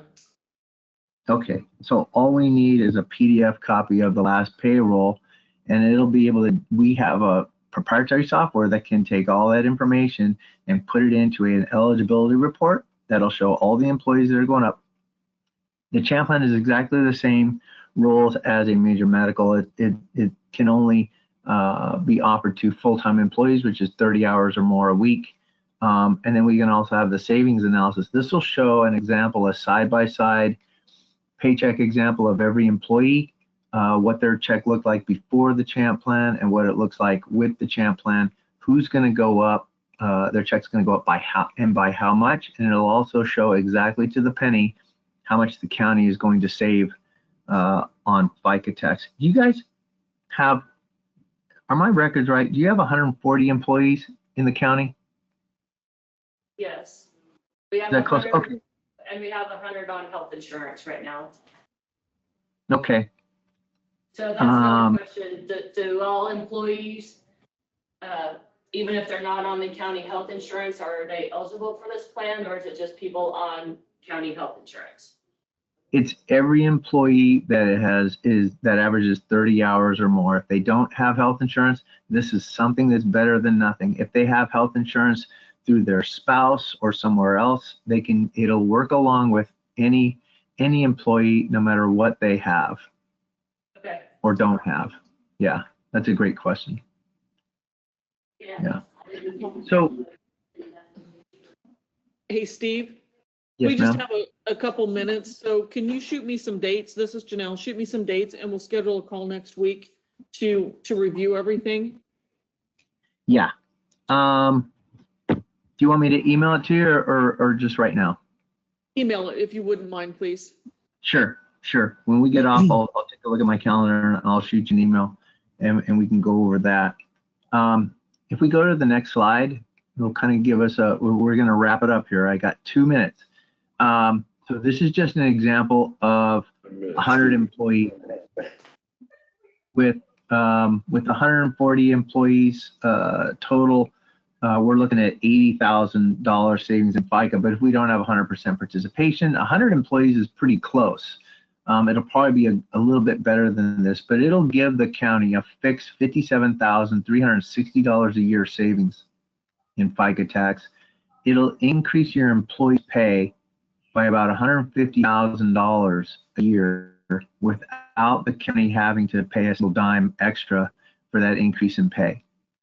It's a $207,360 positive financial impact for the county, along with these free benefits. Even if they have health insurance, again, we want to emphasize that CHAMP is a front line for all their small things. CHAMP will take care of the heavy lifting of the small benefits of doctor's visits, urgent care, prescription drugs. The other thing that this will do for the county as well is we typically see zero or very minimal rate increase in your medical. I gotta cut you off. We're gonna start session here pretty quick. We're pretty firm Okay. on the 11 o'clock. So Okay. It sounds like you're gonna email, I really appreciate your time, Steve. I'm sorry we were a little late to the meeting, but it sounds like you're gonna email Janelle. I expect you guys to, it sounds like you guys will have a meeting, and I think we'll have another presentation here at commission, once you've Yes, sir. come up with your analysis. Sorry to cut Yes, you off, sir. Steve. That's okay. I appreciate your time, guys. You guys have a great day. Thank you. Thank you. All right, Take we're I call this meeting to order. If it all rise for the flag salute. I pledge allegiance to the flag of the United States of America and to the republic for which it stands, one nation, under God, indivisible, with liberty and justice for all. Thank you.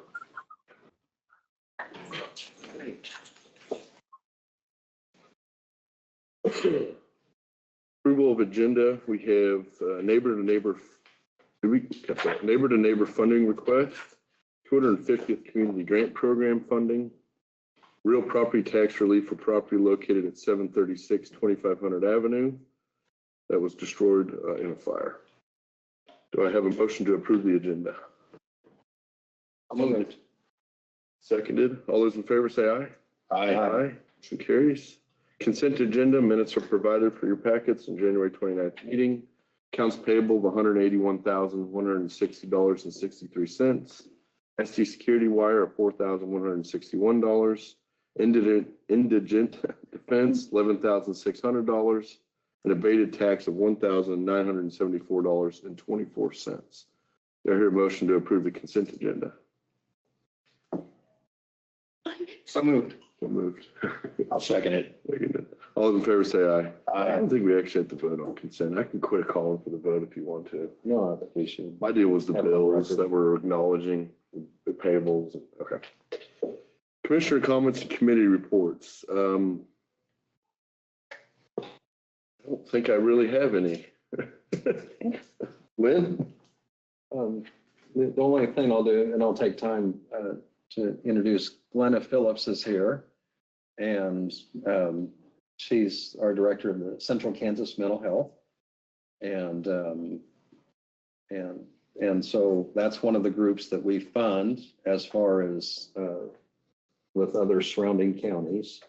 And so we've kind of had discussions at our meetings sometimes that, she just may come in and visit, not only our county, but other counties, just to kind of see what's going on. And we always see her around request time and filling out the forms and during the budget time. But anyway, glad to have you here. And Glenn is from Abilene is kind of her home anyway. This is where she grew up. And all your siblings and yeah. Good to have I mean, if you want to say anything real quick, you could. I didn't want to give a whole. Like Lynn said, I was born here and raised here. Very large family. There's 9 kids. And my dad still is alive and he's home. And so we take care of him. So we still have a lot of connection. And I have a couple siblings that still live in And you're licensed as far as your degree wise? I'm a licensed master social worker. And I've been in the mental health center for about 30 years, 30 years in August. Well, welcome. Thanks for coming. Ron? I just spent a little time in the Juvenile Detention Center, which I spent a lot of time in. Everything's going fine, so we're good. Good. Thank you, gentlemen.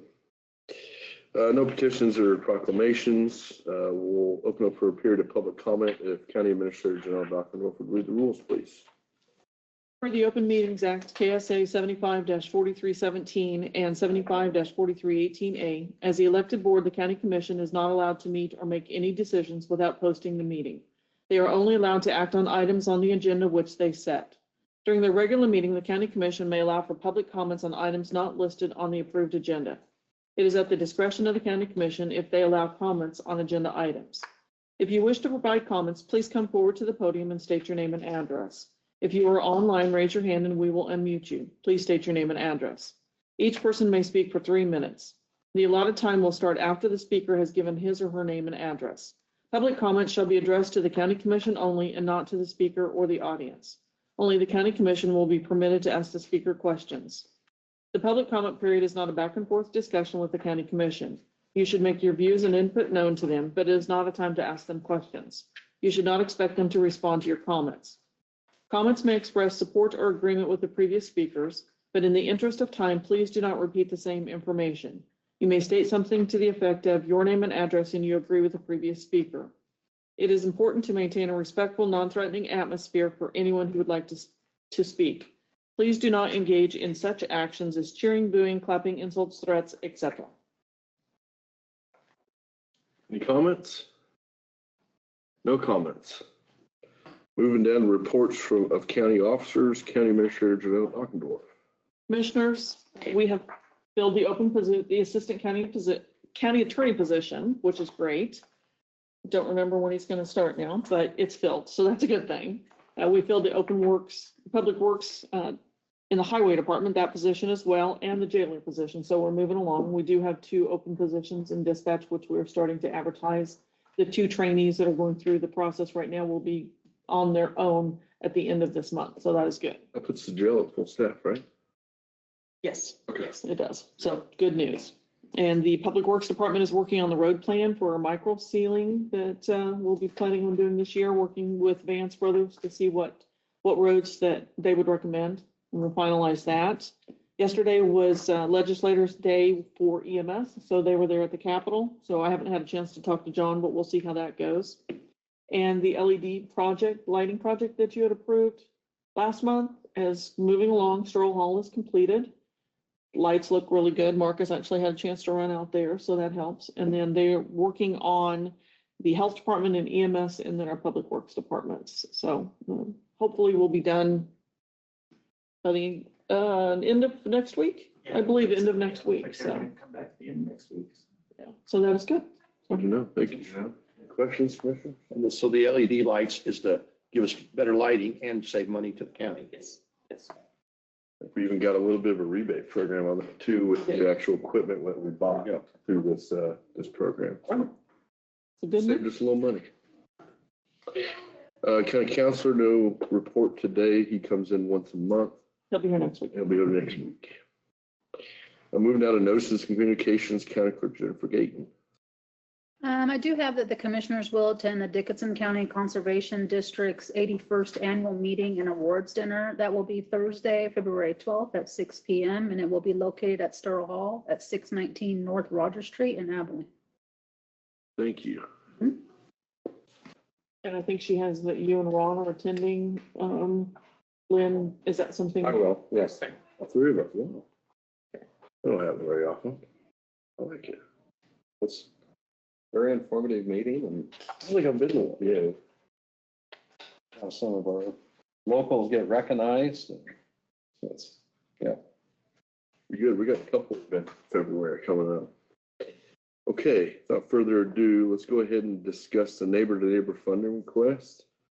I'm going to just open this up to the floor. We talked about maybe trying to, I was on a different note this morning in study session. I talked about doing this in budgeting. Of course, that wouldn't be till 27. Lynn, you had mentioned maybe trying to give them some relief for this year. So I just thought I'd bring that up for discussion, see where you guys want to go with that. I don't know what kind of amount, if you had an amount in mind. If you want to do that. I think groups like that, they're obviously meeting a need and they coordinate well with other groups. So it's not just neighbor to neighbor, the CORE and HOPE, and churches and so on. And I think it's always difficult for groups like that because they're serving lots of people and there's great needs, but they really rely on contributions and donations. And I don't know how much of that is really our part to get involved with, but you know, the budget process would be a good time to look at that. But even though they'd asked for 20,000, they said anything would help. And you know, I'm more inclined in that $1,500 to $2,000 range. A little bit what I'm thinking on that is they did have in there that they have interest income. And so you might say their accountant wasn't here or their bookkeeper. And so we really don't know if that's grant money that they received lump sum. And so the interest income is kind of high, but it's not necessarily reserves. And that would be something we could find out during the budget. And I know that's not much, but then again, we also kind of have the issue, do we use taxpayer funds or public funds to help groups? I mean, how far do you go into that? I know Ron had mentioned you seem that they help directly in your community. Yes, absolutely. And I know for a fact in Sullivan they do too. So I think it's warranted to give some money. They're helping our people. So I was thinking more like 2,500 was my thought, to maybe give them some relief today. I'm comfortable with that. What are you thinking, Ron? I agree. Okay. Well, without further ado, why don't I will motion to approve a $2,500 payment to Neighbor to Neighbor on their funding request. Second. Any more discussion? All those in favor say aye. Aye. Motion carries. That will be pulled out of the general fund, I believe. Yes. Okay. All right. Next order of business is the 250th Community Grant Program funding. We went over this for about a better half of 40 minutes this morning with Elizabeth. But with that being said, I'm told Natalie from the EDC of Dickinson County Driving Dickinson County has something to present today. Yes, we do. So Am I too soon on that? Should I not call it that yet?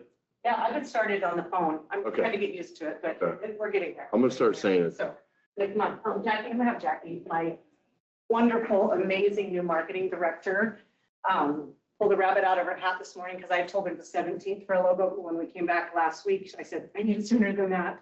So she's pulled out some different options. She's going to pass them out to you and talk about them a little bit. So.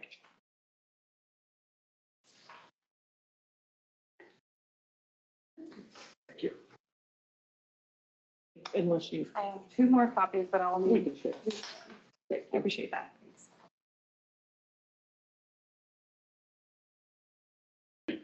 So, yeah, as Ally said, put these together pretty quickly.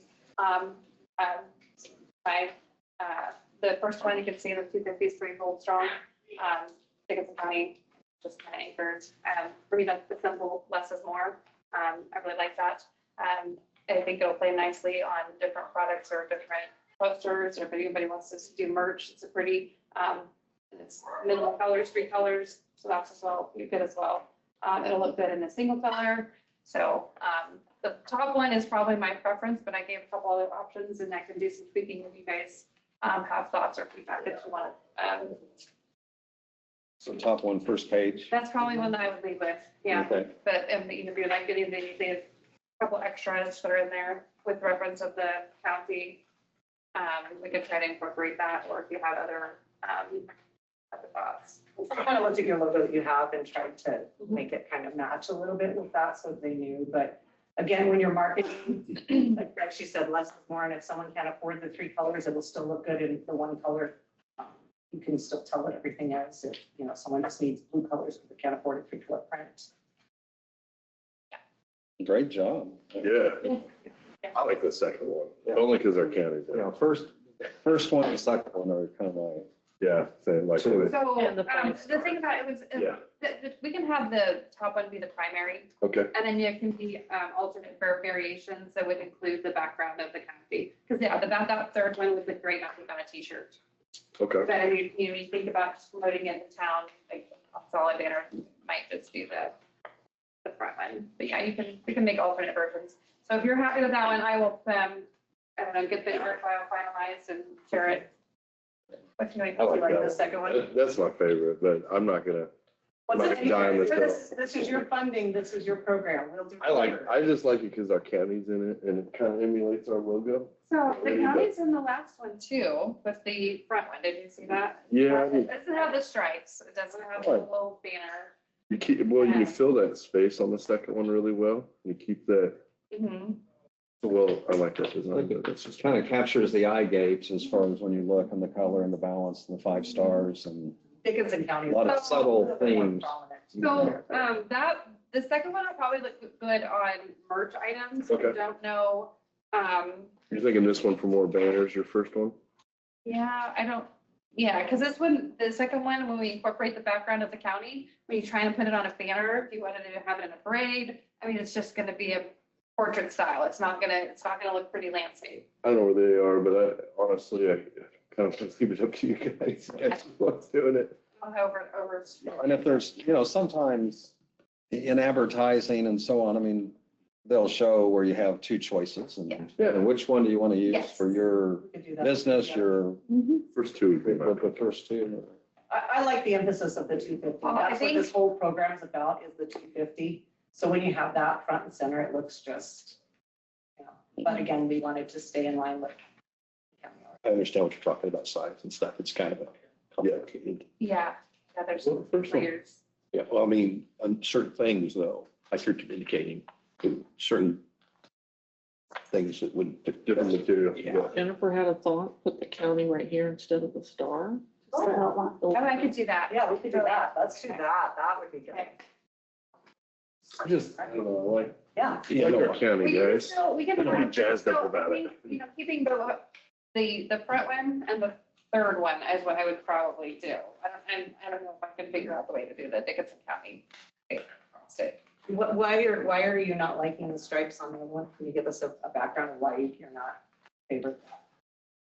It's okay. I don't care. I don't have a dog in this fight. That's fine. I'm Well, more you do, concerned with the but- funding on it. Yeah, true. Okay. Yeah, I'm not, but if we stick with the number 2, the second one, if we want to put that as an option, if a variation, I would probably will still want to mimic the font styles of this logo, but incorporate Dickinson County and the stripes up top, just so that they're consistent with and on brand. Yep.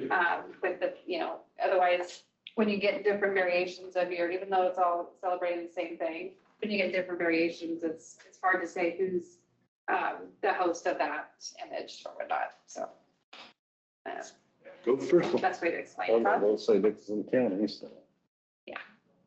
Okay, so. Go ahead. The first one, use the first one. I think we all kind of agree on that, so. I And I'll think just that would be replace it with the great. county. Again, this is a one-time event. Yeah, exactly. 1 year, it's going to be one logo for one thing. It's not like you're going to use it continuously, maybe the next 100 years, but we can, maybe there'll be new trends. I might be here. I might be here for that one. So I might be here for the 300th, but we'll see. Time will tell on that one. Yeah. Okay. So with that being said, the proposal that we would need to motion here, and I think I'm kind of summarizing here. We came to an agreement on a $30,000 budget, I think. Ron, I'm kind of looking at you. Yep. Okay. And the little changes we made to that is the micro grants, we wanted to change from $500 to $1,500. And the community grants from $1,500 to $3,500, just to try to spread that money out a little bit more. Our fear there, and I'm speaking for Lynn here, is we didn't want to see 6 people get, $5,000 and it's all gone. So we want to kind of spread that money out. We did say we wanted a preference for organizations that have been putting events on already, Central Kansas Free Fair, for example, City of Hope, and some of these other towns that have Chapman, Woodbine. All of them, really. Yeah. Either pancake feeds or parades or Something car they've been- shows or something, yeah. Something they've been doing for a while, and we know they can run it, essentially is where I'm going there.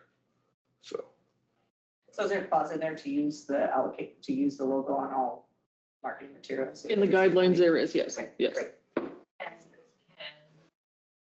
And Natalie, on your website, do you have control over it yet? That you have that logo? Click here to apply for a grant. If I give you like the page for the grants on our website, that it can connect. Do you want it to come from you guys, or would you like us to host that, or what would you, we're looking at, I think the way we were thinking is you guys would kind of host the grant application process. Yes, but my question to you is, I think we have the ability to have the application set up if you wanted everybody to go to economic development to apply, we could have that logo on their website, click here, and it just takes you. goes to our back end and the grant application. I think we still want it on the county's I was gonna website. say that, it wouldn't hurt to put it You on want a both. link on your site. Yeah, right? yeah. Yeah, definitely. I think both Yeah, would work, but we could encourage the EDC. What I'm thinking, Kenny, is I'm trying to remove the community foundation out of this because we have the county and now we have economic development. Gotcha. We don't need to be in the mix on any of it. Yep. We just need to be able to get the grant out to you guys so you can have it. So Absolutely. however that.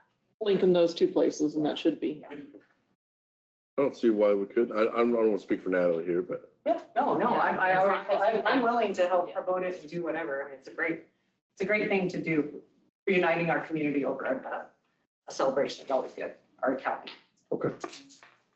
Is there anything that we need to protect the licensing, or is there a way to, or just, it's generic, anybody can use it? That's how She designed it, so, I mean, she designed it from scratch, so for the most part in Adobe, so she's the designer. Okay. Again, we're only gonna use it for a few months. If it was a permanent logo that we were gonna use over time, then I would say you might want to trademark it, but yeah.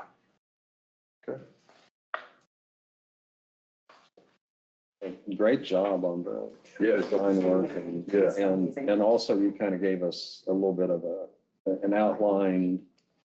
Well, I think That's all Janelle and. CVB and Yeah, I mean, a lot of people kind of put some input. Yeah, I'm really excited to be a part of it. I think it's gonna be fun, so, yeah. I'm gonna go ahead and make a motion then.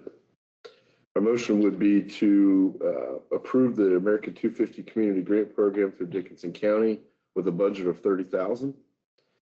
Micro grant amounts will be $500 to $1,500. Community project grants will be $1,500 to $3,500. And a preference on institutions within the county that have established events already, with a preference on them on the grant process. I think I'm outlining that well enough. So what if a business comes to you? Kind of, Did we say that in the guidelines? Yeah. Is it only for basically nonprofit or government organizations that we, I just want to make sure, so. you had unincorporated communities, cities, towns, and projects. Nonprofits. Nonprofits. Yeah, it didn't look like business. Right. Honestly. Right? Anybody can apply for this, right? I don't know if we're gonna give money to businesses. I don't know if that's the goal, of what we're trying to do here. I mean, if they want to put on an event, it's kind of a private A event. parking lot or something. They I can think we open it could up. open that up, but it's just maybe not as high of a preference. That's what I would say. And then if you're gonna get public funding, it's gotta be a public event. So this isn't for your Christmas party. This isn't for your 4th of July picnic. That's not what this is for. So I understand the desire for the businesses, but since it is tax money, I I'm think worried it needs about to that. be limited to the cities, towns, and then incorporated areas and nonprofits and that, just to I would agree. Or other type groups. Right. historical societies or schools or. Not-for-profit organization. I would still put that because people are going to come and say, well, I've got a project because you put project in there, but I mean, there's just to alleviate that. Well, not to sidetrack too much though, if we do have banners made up and some business wants to borrow it for a promotional thing, would we let them use the logo? And I mean, I think we should, if they're paying for it. If they're going to They're kind of contribute. piggybacking on the community event. That could be part of the local match. I think you Maybe draw- they- I maybe think they we wouldn't be draw the getting line. money, but maybe they could utilize the logo and a few things if they had a. Are you expecting the organizations that get the dollars to do the like, get a banner out of their grant dollars signage, or are you guys going to supply some kind of? No, that's what the grant money is for. Well, but I think the umbrella group, which is maybe EDC in the county, probably some of that money should be spent to have some banners. Not a lot of them, and I'm not sure how much that would cost. I mean, we weren't talking about something across the street overhead. We're talking about a banner that they could put up to utilize for their special event. Well, that's what the grant is for, guys. Small events, marketing, decorations, banners, flags, large efforts like murals, public art. And that's what this money is for. But if there were 8 groups, if there's 8 groups, we really don't want all of them to go out and buy a banner that they use once. So I mean, I think some of that money. Well, I think it would be their banner and they would just add our. That's logo to what their I'm, banner. where I'm going with this. That's They're where- gonna have their logo. They're gonna personalize it to their community or their event, and then they just will require, I don't want to say require, but encourage them to use our logo, knowing if they've received funding for that particular item or. That's kind of the angle I wanted to go for.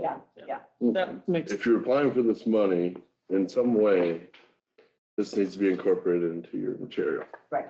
That's the whole purpose. Or of this. recognized. Right, exactly. Yeah, that it's an event for, exactly. Yeah. Which I feel like that's outlined in here.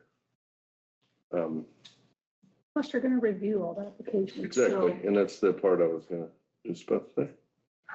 Mm-hmm. Okay. A motion has been made. I'll second it. Any more discussion? All those in favor say aye. Aye. Thank you, gentlemen. Thank you. Thank you guys for putting this on. Celebrate the 250. I know you guys are gonna put your time and effort into this. That costs money, so thank you. But you know it's gonna do it off the clock.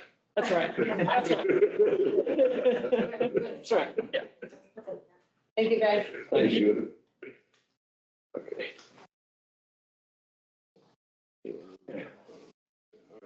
Real property tax relief for property located at 736 2500 Avenue, George and Sharon Smith, the property fire.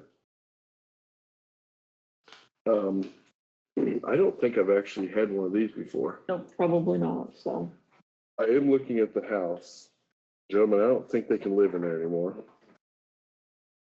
Matter of fact, I don't think the house is Maybe there they anymore. want to give us I mean, this is kind of a standard procedure, so do you want to go through kind of the reason we're doing this? So by statute, if there is a property destroyed, usually by fire or tornado, and it's 79-1613, the county commission, they can make, the property owner can make application to the appraiser's office, and then they ask the county commission to abate all or partial or a credit against their property taxes that are due. So, and this would be for the 2025 tax year for that property, and it is a total loss. It was a single-family home that was destroyed by fire, like you said. So, and it was not declared as a disaster, but they have a process that they go through that the appraiser's office will take a look at the property. The applicant has a short application that they have to fill out. And there's a few other documents that are attached to it, the deed to show that they do own the property. But the request is that you would abate 100% of the property taxes for 2025 on this, because they don't have a home any longer.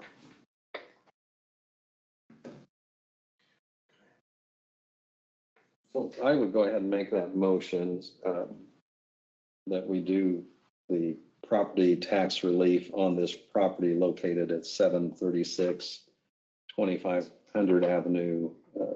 That was destroyed by fire, and we're just following regulation and procedure to give that relief. So I would move that we do that.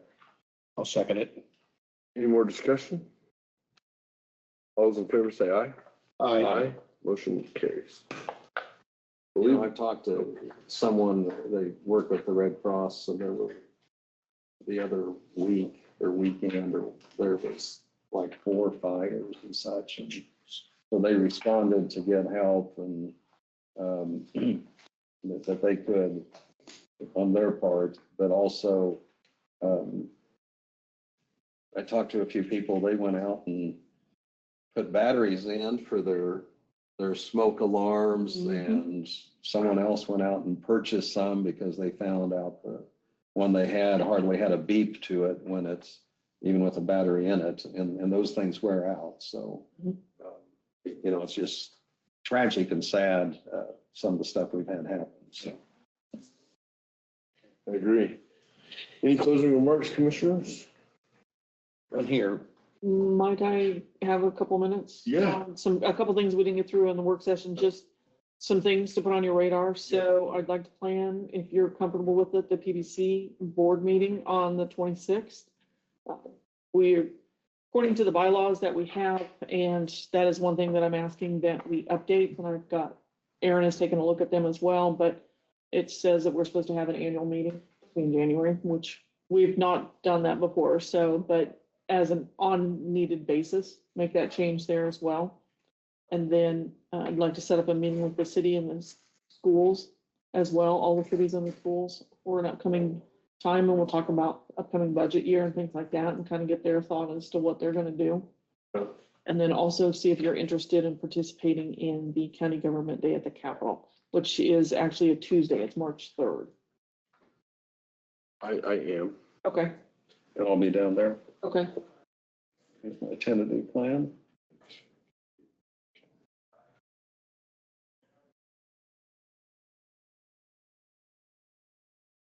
I might have to sneak out for a couple meetings, but Okay. that shouldn't be an issue. Okay, then I'll get us signed up and we'll have a table there and we'll do the, did you know, flyers and the handout and try to meet with our legislators and people that are walking through the building and that and Okay, talk about what counties do. absolutely. Yeah, I can put that on my calendar. Okay. And it sounds like Lynn. What time does that start? Or do you? Usually they start at 8 with setup, but I don't think you'll have a lot of people coming through till 8:30 or 9. So, and it'll go between 1 and 2. Okay. Okay. Okay. March, is that not the carryover month, is it? Might be April 10th, I think is, Break or whatever they call it. yeah. Well, one advantage is the legislature is there, so not only people going through the state capitol, they can visit with what's going on in our county as well as other counties and groups. I think the sheriff department usually has something there, they're statewide, and clerk's office and so on, but the legislators are there, so it gives us a chance. Because, you know, who knows what the hot topic is going to be right then. Right. And there's a lot of bills that they're hearing, so. Any other closing statements? Comments, questions? Without further ado, I'll motion to adjourn. I'll second it. We are adjourned. Thank you all.